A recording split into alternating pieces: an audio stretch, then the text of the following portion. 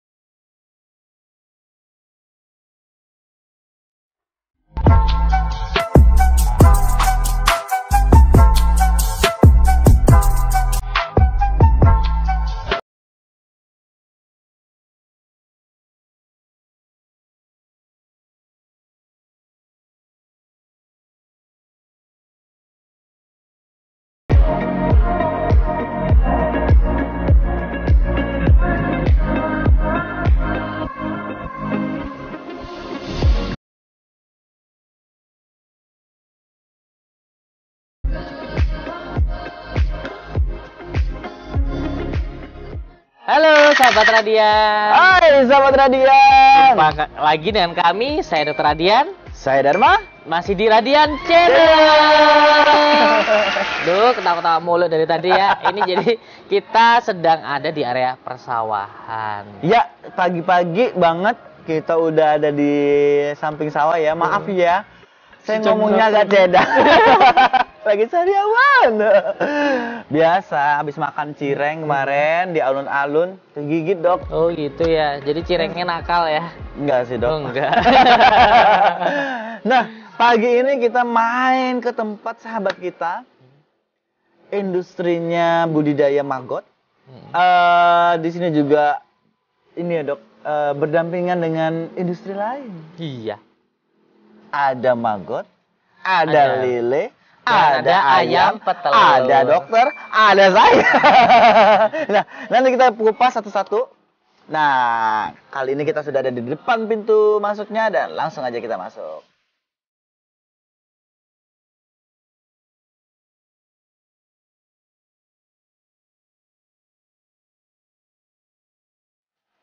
Kita masuk nih.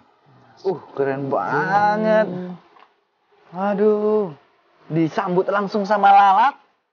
Ini dia, Black Soldier Fly, atau namanya lalat tentara hitam, atau tentara hitam lalat, atau lalat hitam tentara, atau tentaranya lalat berwarna hitam.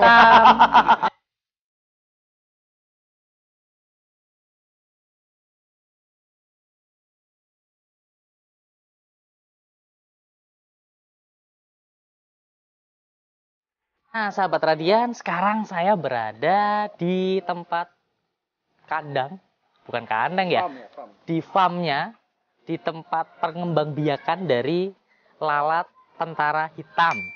Kalau kita lihat nih, beterbangan semua mirip, bentuknya mirip seperti tawon, tapi mereka masih satu golongan dengan lalat. Mereka karakteristiknya bentuk sekilas mirip tawon, warnanya kehitaman di bagian dada atau kakinya ada warna-warna metalik antara biru kehijauan, ada juga yang warna kekuningan di kaki-kakinya.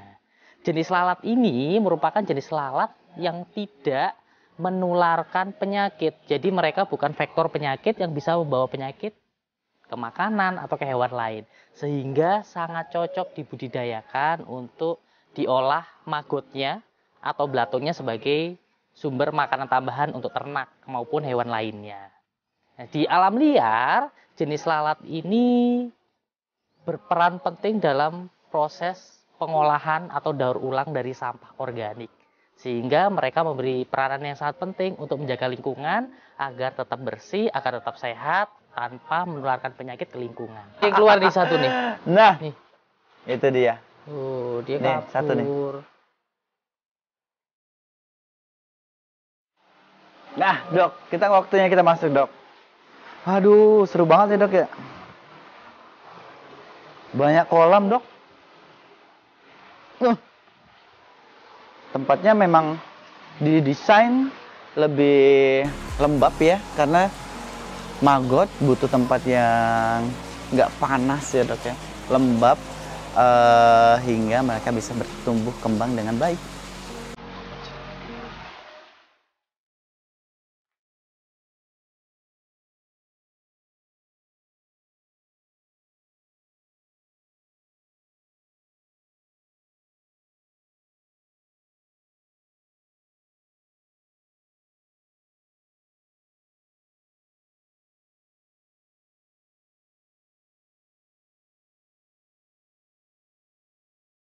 Nah, itu tuh kayaknya yang punya. Kita udah kenal kemarin, namanya A. Robi. Langsung aja kita samperin yuk. Halo pagi A. Pagi. Apa kabar? Sehat? Sehat. Nah, sahabat Radian, ini dia owner dari budidaya maggot ini. A. Robi, selamat pagi ya. Boleh nih kita tahu sedikit tentang maggot, tapi sebelumnya memang asli sini ya? Asli sini. Asli sini. Asli Sumedang sini. Oh, kenapa pilih tempatnya di tengah sawah? Yang pertama kan jauh dari keramaian. Oke. Kalau misalkan dekat dengan pemukiman, takutnya kan bau gitu. Oh, kirain mereka takut sama penduduk. Penduduknya takut sama ini. Lalu kenapa pilihnya di tengah sawah lagi? Kebetulan punya lahannya di sini. Memang tempat sendiri ya. Oh, jadi enak dong kalau tempat sendiri ya. Kalau kita lihat maggot ini ada ditempatkan di kotak-kotak. Tujuannya apa nih ya? Yang pertama biar gampang memandinya gitu, Pak. Terus yang kedua kan emang di setting kayak gini biar kalau misalkan kita nggak mau nih juga kan, kalau tiap malam ini si maggot keluar. Jadi langsung dimakan sama lele gitu. Oh, di bawahnya kan kolam lele ya. Kolam lele. Jadi maggot ini memang ditempatkan di atas kolam lele, sehingga kalau ada maggot yang melarikan diri bisa langsung jadi makanan lele ya. Masih dihukum sama lele. Sejak kapan menggeluti Ini budidaya kalau maggot? budidaya maggot baru 6 bulan sih kebetulan. Baru 6 bulan. Oke. Untuk selama 6 bulan itu produksi satu harinya berapa kilo? Sekarang baru mencapai 50 kilo per hari. 30 sampai 50 kilo lah. 50 kilo? 1 kilo udah kebayang ya seberapa segini. 50 kilo kayaknya kita bisa mandi maggot. Dokter berminat dok mandi maggot dok? Kalau untuk budidaya maggot ini, mereka kan pasti punya siklus kehidupan ya. Bisa dijelasin dari awal dia dari mana, boleh kita langsung datangin Oke, siap. Dari mana pertama kali dia? Dari Wiring House Rumah Lalat. Silakan nak.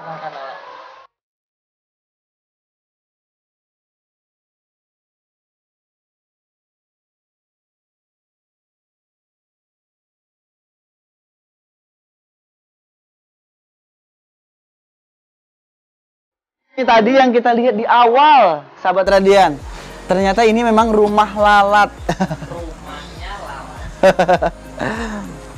Ini ya. Nah, ini lalat-lalat BSF-nya. Ini lalat. Dia nggak gigit ya? Enggak. Oke, dia cuma takut sama dokter kayaknya. Ayo kita masuk. Ayo masuk. Ini nggak lepaskan mereka? Enggak. Oh. Ini, aduh ada yang keinjek, Nggak apa-apa. Giniin ya? Siapa sih? Oh, diginiin dok. Nah ini, nanti si lalat-lalat itu bertelur di celah-celah ini. Oh. Ini tempat telurnya. Coba dibuka. Ayo, sahabat Radin pasti penasaran ya. Kita unboxing telur. Kita unboxing telur. Nih. Oh, telurnya. Jadi mereka ditempatkan di tempat sorry. Dia ditempatkan di kotak-kotak kayu seperti ini, dan di tiap sela-sela ini dia bertelur tuh seperti ini. Kelihatan ya? Tuh kalau dibuka seperti ini. Oh, oke ya. Ini pengambilan telurnya tiap sore hari sekitar pukul 4 sampai jam setiap 5. sore. Setiap sore. Oh. Ini itu kalau ini 2 hari dia siklus lalat itu kalau udah berkembang ya, kalau yang betinnya langsung mati. Setelah dia bertelur, pada mati. Setelah bertelur si betinanya mati, kalau si jantannya sudah berkembang biak langsung meninggal, langsung mati gitu. Oh, jadi jantan maupun betina setelah kawin mati ya? Mati. Oh. Jadi siklusnya emang singkat sekali ini kalau udah jadi lalat. Jadi mereka sepertinya tidak seberuntung kita ya, bisa hidup sampai 100 tahun. Mereka ternyata setelah kawin, mereka langsung mati. Setelah mengawini, yang jantan mati. Setelah bertelur, yang betinanya mati. Aduh, dramatis juga ya. Dan di sini selalu nyediain berapa rumah telur? Ya segini 1, 2, 3, 4, 5, 6, 7, 8, 9, 10, 11, 12.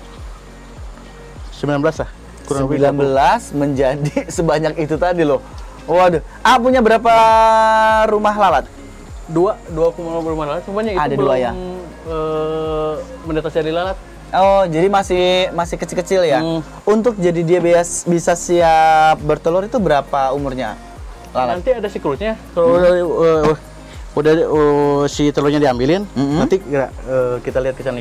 Kalau dari dia pupa, kan pupa. Pupa itu Kemudian dia jadi lalat.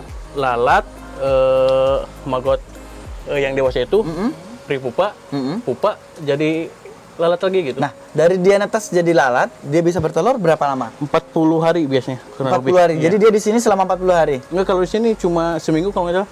Oh. Seminggu langsung mati. Seminggu mati gitu. Ada yang berminat jadi lalat, seminggu mati. Tapi jangan salah, seminggu mati dia bisa jadi ribuan jutaan. Nanti dia mati lagi seminggu jadi ribuan jutaan lagi. Jadi nggak kayak manusia ya. Indukan itu bisa menghasilkan 300 sampai 600 salon maggot itu. Menurut penelitian ya. Kalau saya belum pernah hitung gitu. Atau berminat banget. Kalau ada yang minat silakan dihitung sendiri. Oke ya, dari sini kemudian dia menghasilkan telur di rumah telur. Rumah telur kita panen tiap sore. Ya, tiap sore. Kemudian kemana lagi? Di pendadaran ada. Oke, ayo kita.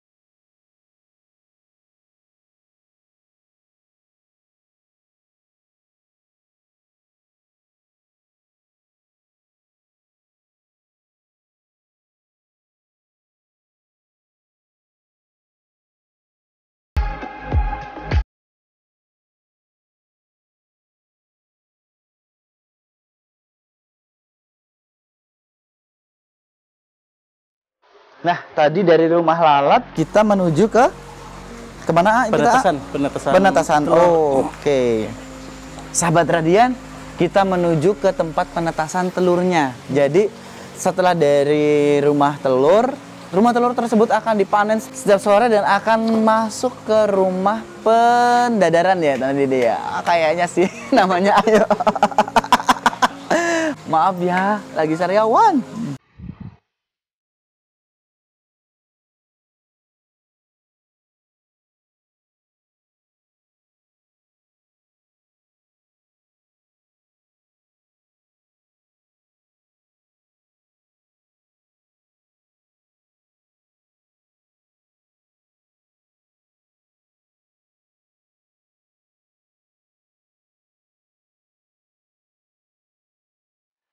Di sini dia.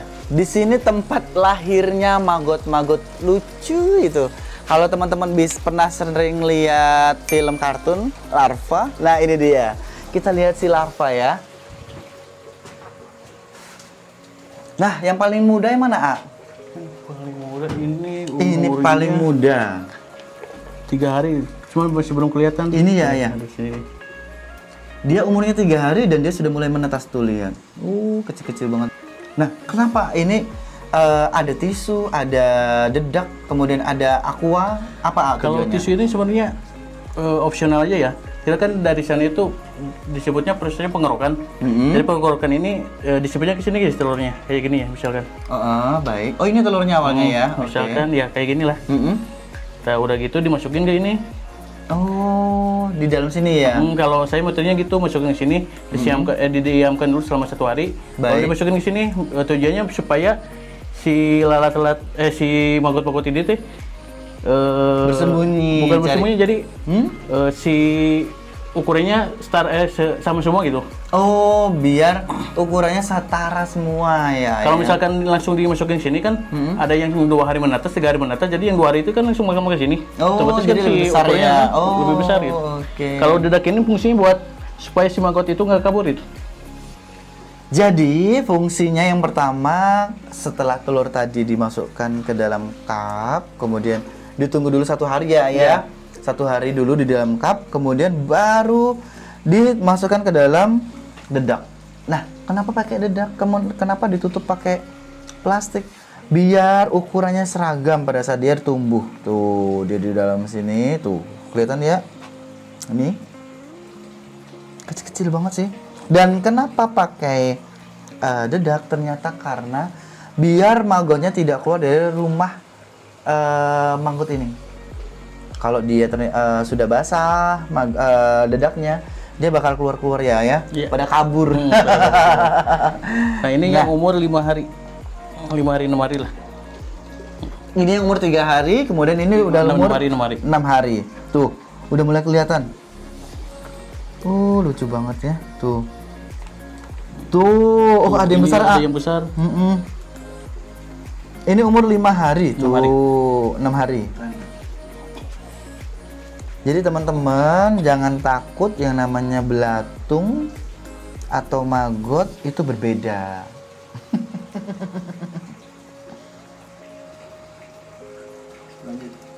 Ternyata maggot juga sumber protein yang tinggi, ya dok ya. Kemudian ada umur yang berapa lagi ya? Yang makin tua. Ini yang siap Pindah. Iya siap pindah.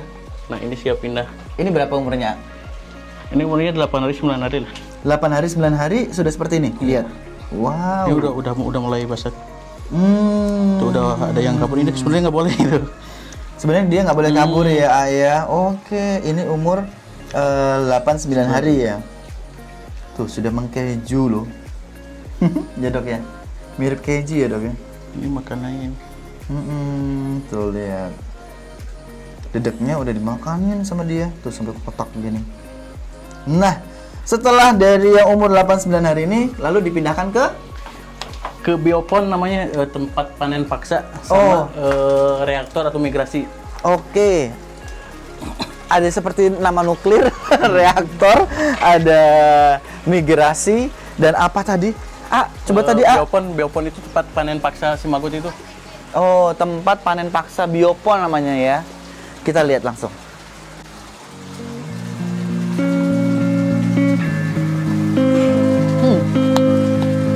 Oh, kotak-kotak ini tadi ya. Oke, mulai dari mana dia? Nah, ini yang paling muda. Yang paling muda ini umur 10 harian. Ini umur berapa, 10 hari, cuma nggak kelihatan nih. Ini umur 10 hari. Oh iya, satu lagi. Misalkan kalau kita punya telur 100 gram, jadi 80 gram dipakai ke biopon, 20 gram lagi ke migrasi, nanti kita lihat ke migrasinya. Oh, bedanya apa? Kalau migrasi itu kan buat calon indukan. Oh. Kalau ini buat yang ini untuk diproduksi untuk dijual ya? Untuk dijual atau dipakai sendiri, yang itu buat di calon indukannya gitu.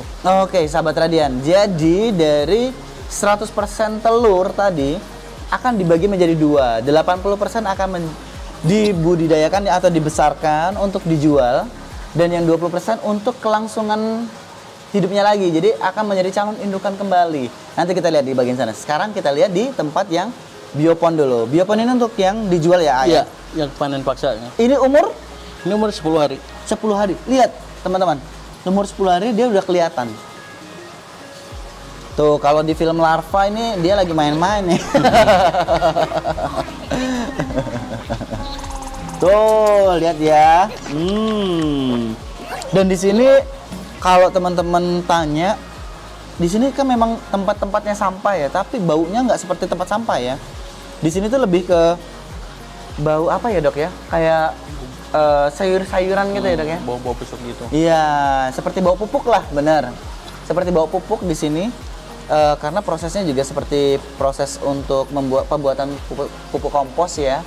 Jadi aromanya bukan aroma sampah, tapi aromanya aroma pupuk ya. Ya semacam organik gitu. Lalu yang mana yang kemarin? Lebih tua lagi? 14 hari ini kurang. Ini 14 hari. Oh, udah gede ya. Ini siap panen. Wow. Dia mulai dipanen umur berapa? Idealnya sih 14 hari. 14 hari sampai 18 hari katanya, karena proteinnya tinggi katanya. Oke. Kata ini kalau saya biasanya semampunya aja panennya gitu.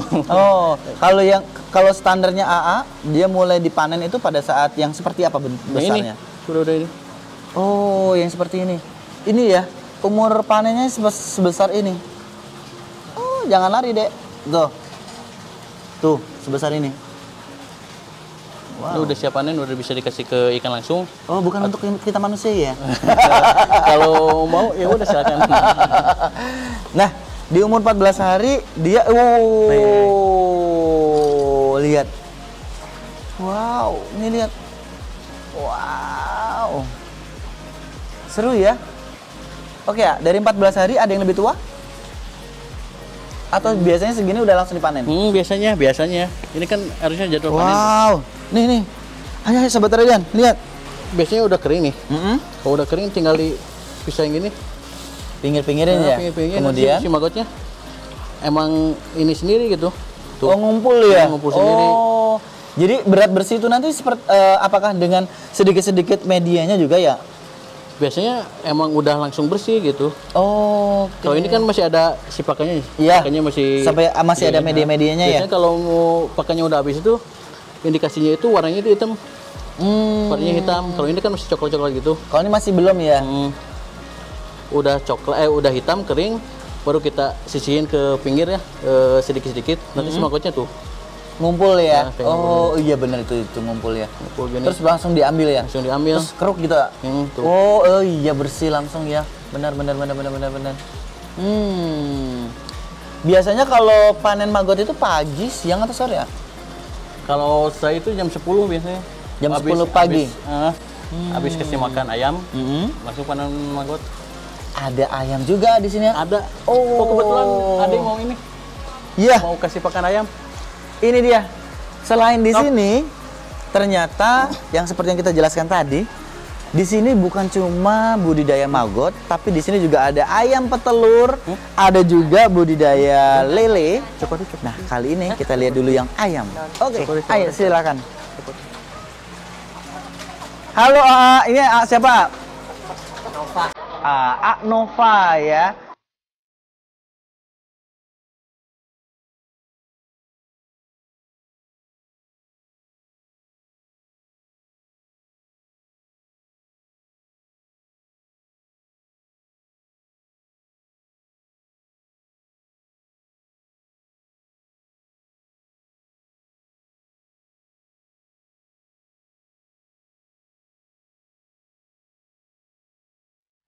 Halo, salam kenal ya. Namanya Nova.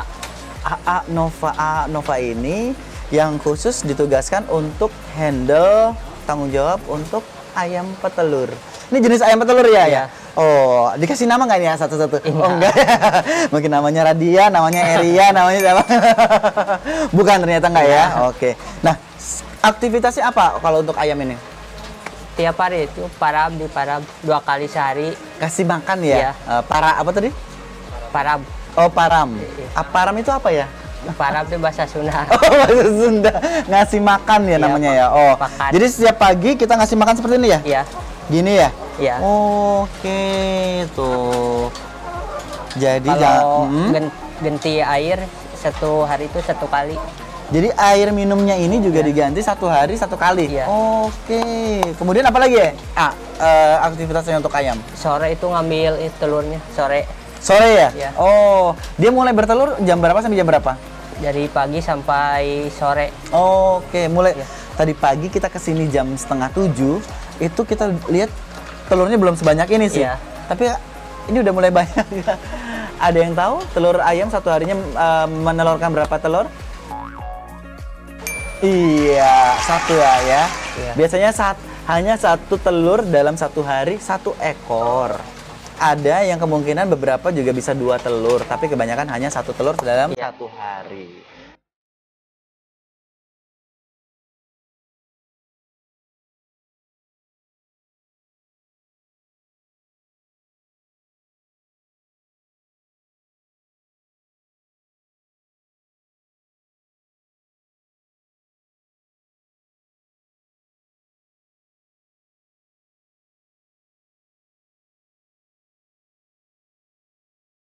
Nah, sekarang kita kasih ayamnya makanan berupa maggot.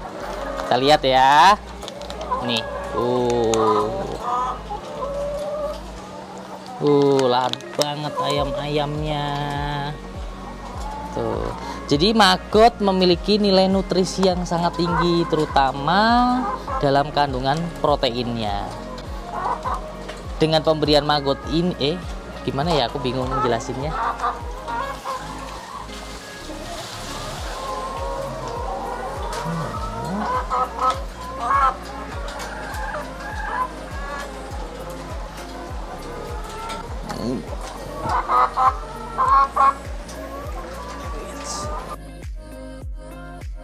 Nah, selain maggot, di area ini juga menghasilkan telur ayam petelur. Nih. Nah, ini yang sering kita jumpai, biasanya dijual di warung-warung. Kita tahu bahwa telur merupakan salah satu sumber nutrisi utama dalam masa tumbuh kembang anak, termasuk masa pertumbuhan dan juga kecerdasan otak. Di dalam telur, sebutir telur ini mengandung berbagai nilai nutrisi yang sangat tinggi, entah itu karbohidrat, protein, lemak, maupun mineral-mineral serta vitamin yang dibutuhkan oleh tubuh. Karena telur memiliki nilai nutrisi yang tinggi, jadi kita harus tahu bagaimana cara membedakan telur yang memiliki kualitas baik dan telur yang memiliki kualitas yang kurang baik. Cara deteksinya seperti apa? Nah, ini akan kita berikan contoh perbandingan bagaimana cara kita membedakan. Secara umum, ayam petelur menghasilkan telur berwarna kecoklatan. Ini berwarna coklatannya mulus, yang ini banyak bintik-bintiknya. Telur yang baik, dia tidak menghasilkan banyak bintik-bintik kecoklatan pada bagian cangkang. Semakin banyak bintik-bintik yang dihasilkan bisa menjadi indikator bahwa telur yang dihasilkan tersebut atau yang telur kita beli masa usianya sudah lama, jadi telurnya sudah lama. Semakin fresh, jumlah bintik-bintiknya semakin sedikit. Yang kedua apa? Dari bentuknya. Bentuknya lonjong telur, oval seperti telur. Kalau bentuknya sudah tidak beraturan, kualitasnya juga tidak baik. Cara yang ketiga kita mengenali bagaimana? Dari warna. Semakin pucat, nilai nutrisinya semakin rendah dibanding warnanya kecoklatan. Kenapa? Semakin pucat penanda bahwa pigmentasinya dia tidak berjalan dengan baik, tidak optimal. Jadi nutrisi yang digunakan sebagai pembentuk telur tidak seoptimal telur-telur yang sehat. Selain itu, carilah telur yang kondisinya bersih. Jangan ada kotorannya. Kenapa? Karena kotoran mengandung banyak kuman yang bisa masuk melalui pori-pori yang ada di cangkang sehingga mencemari bagian dalam dari telur. Jadi kita harus mengenali bagaimana cara memilah telur yang baik dan telur yang kualitasnya kurang baik agar tumbuh kembang dari keluarga kita yang di rumah bisa lebih baik lagi.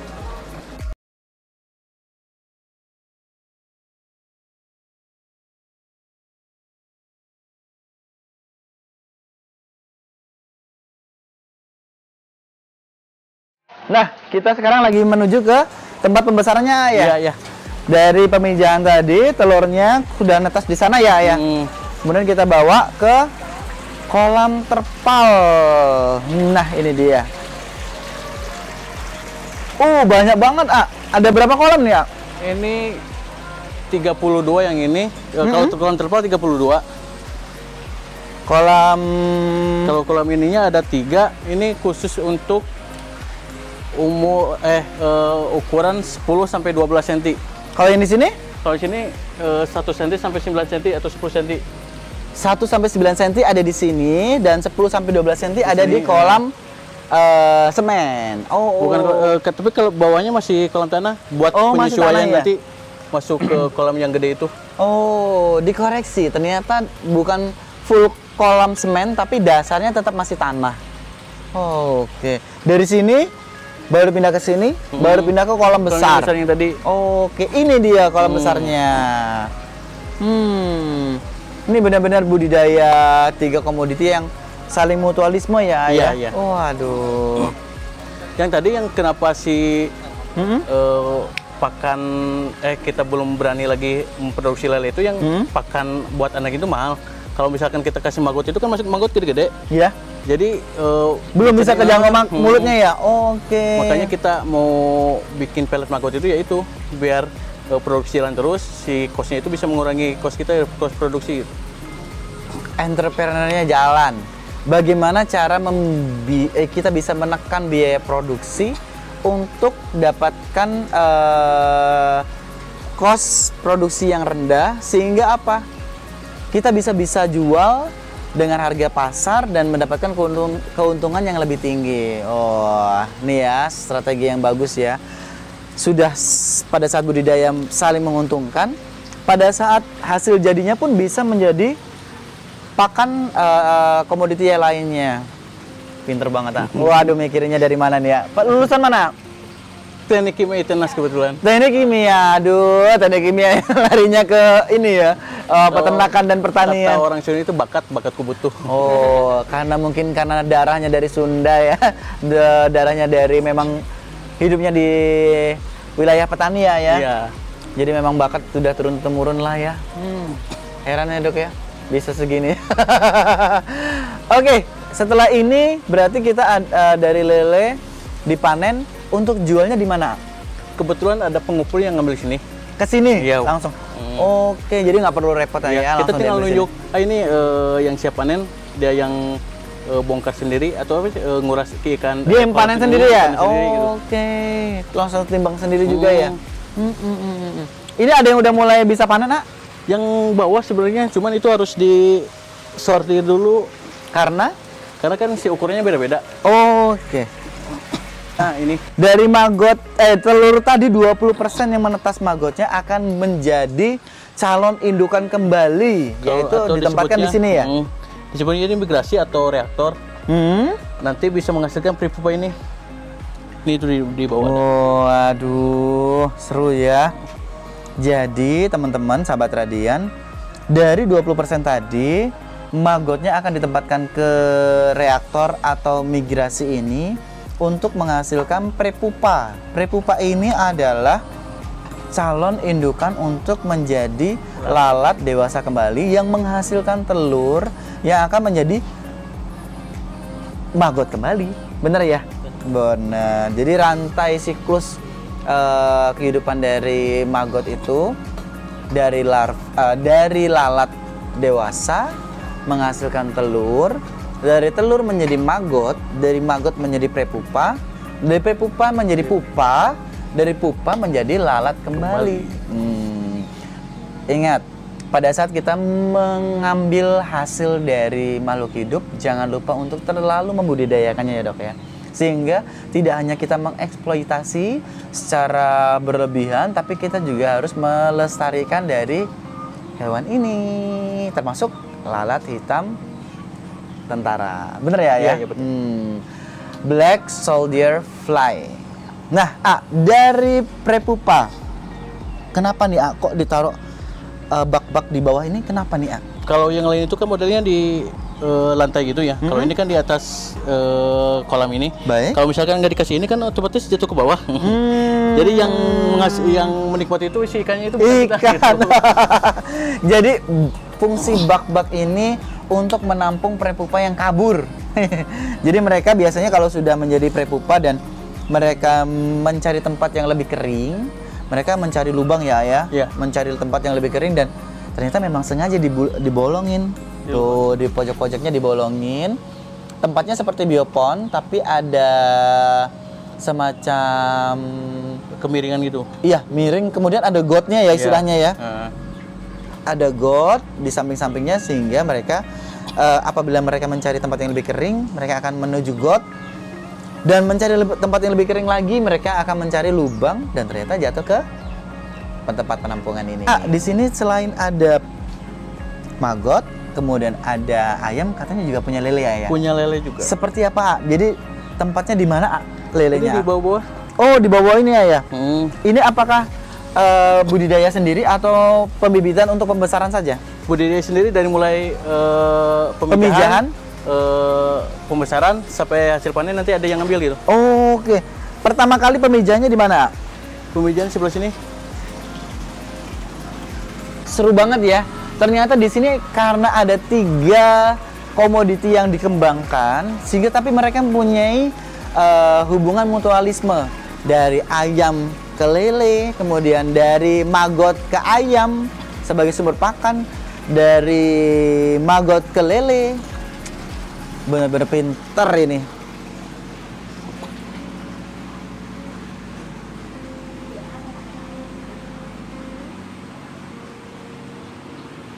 Nah, ini dia tempat pemijahannya ya. kebetulan lagi kosong ayah, karena belum mijah lagi ya. Nah, Udah sebulan ini kan si harga lele itu lagi anjlok. Jadi ya udah kita stop produksi dulu sampai si harga lelenya itu benar-benar stabil lagi. Yang pertama, yang kedua pakan anaknya itu kan lumayan agak tinggi. Saya lagi bikin parabola sama teman, mau bikin pelet maggot gitu, dari pelet dari bahan dasar maggot. oh, oke. Nah, sahabat Radian, dikarenakan kondisi saat ini harga lele lagi anjlok, sehingga fokus budidaya di sini sedang di maggot dan ayam. Nah, kapan kembali budidaya? Nanti pada saat harga lele menjadi oke.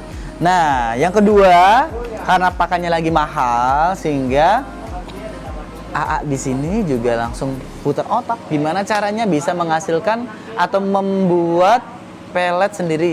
Bahan dasarnya apa? Tadi maggot. Bener-bener keren.